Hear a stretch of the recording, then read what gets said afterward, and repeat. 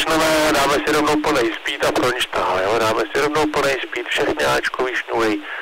Stavneme fronštál, budeme vrázovat, co je potřeba, tak pojď. Schneiby na SIF učí hlavně klapance, full stall, negativku, spirály a wingovery. Jo, plnej speed a fronštál.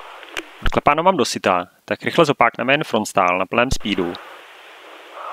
Super, tak můžem. Klapanec na plném. Tak, dobrý, nafouknem. A rotovaný klapanec.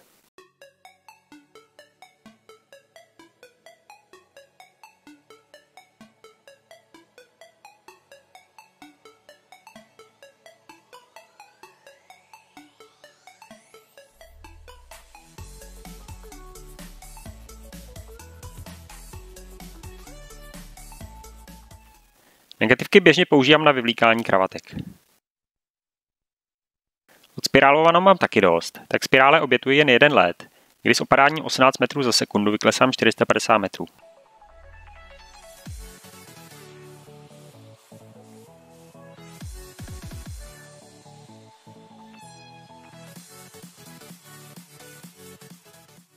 Pak zkusím dynamický výjezd ze spirály, ze kterého se letos jeden pilot koupal, a loni málem. To tam.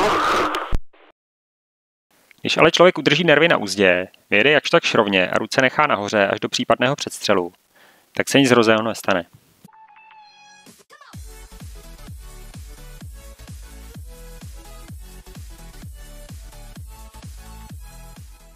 Dobrý, vidíte, to tak hrozně nebylo.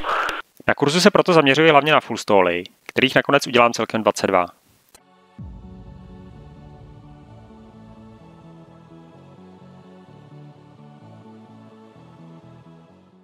Je to takový reset křídla, který se může hodit hlavně na výkonnějších padácích, proto si ho chci nachodit.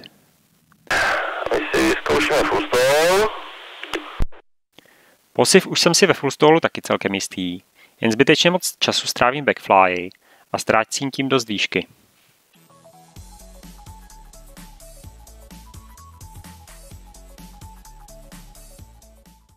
Jo, full stall by měl být, protože prostě vyřešíš problém a jdeš ven.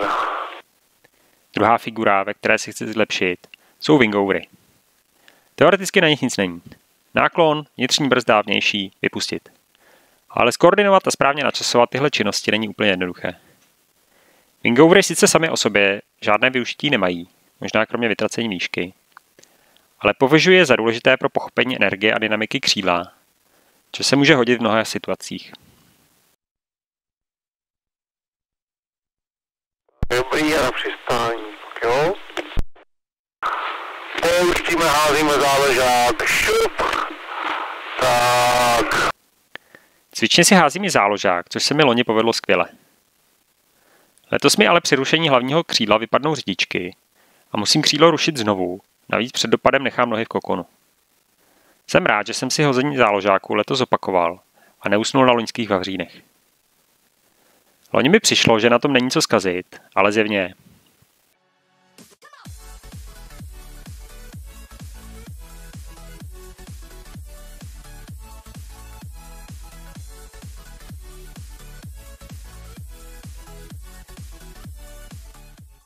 Na zbytek kurzu si pro mě Schneiby nachystal pár překvapení.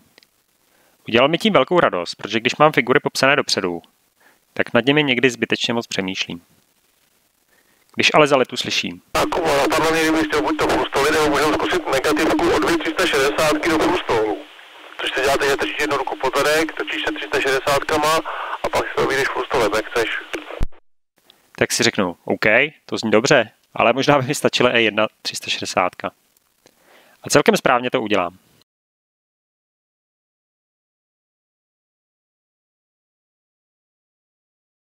Přesně proto se full stall chci naučit, jako výjezd z podivných konfigurací křídla. Dále se domluvíme, že mi kdykoliv během letu může říct full stall teď. A já ho musím hned udělat. Tak, a teď hned dám full stall, teď hned full stall. Takže třeba vyvlíknu kravatku negativkou a hned na to dělám full stall.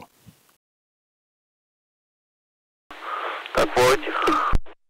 Všichni účastníci taky dělají figuru, kterou jsme se učili už na základním kurzu. 2 protistěnné 360. Jediný rozdíl je v tom, že máme udělat co nejrychleji. To bylo docela pěkný. Dynamika křídla je k tomu potřeba chápat snad ještě lépe než u wingoveru. Nejlépe se mi to povede za 17 sekund, ale jednou si u tohoto jednoduchého manévru taky skočím vedle křídla. Třešnička na dortu je figura Crazy Chicken, kterou dělám taky bez přípravy. Klapně jednu stranu baráku a druhou pod prdel, tak a drží tam. A tohle je klukama obdivovaná figura Crazy Chicken. Až budeš tak běžet. V rotaci pak jedno ucho vlaje dopředu a druhé dozadu. To je píčovina, co?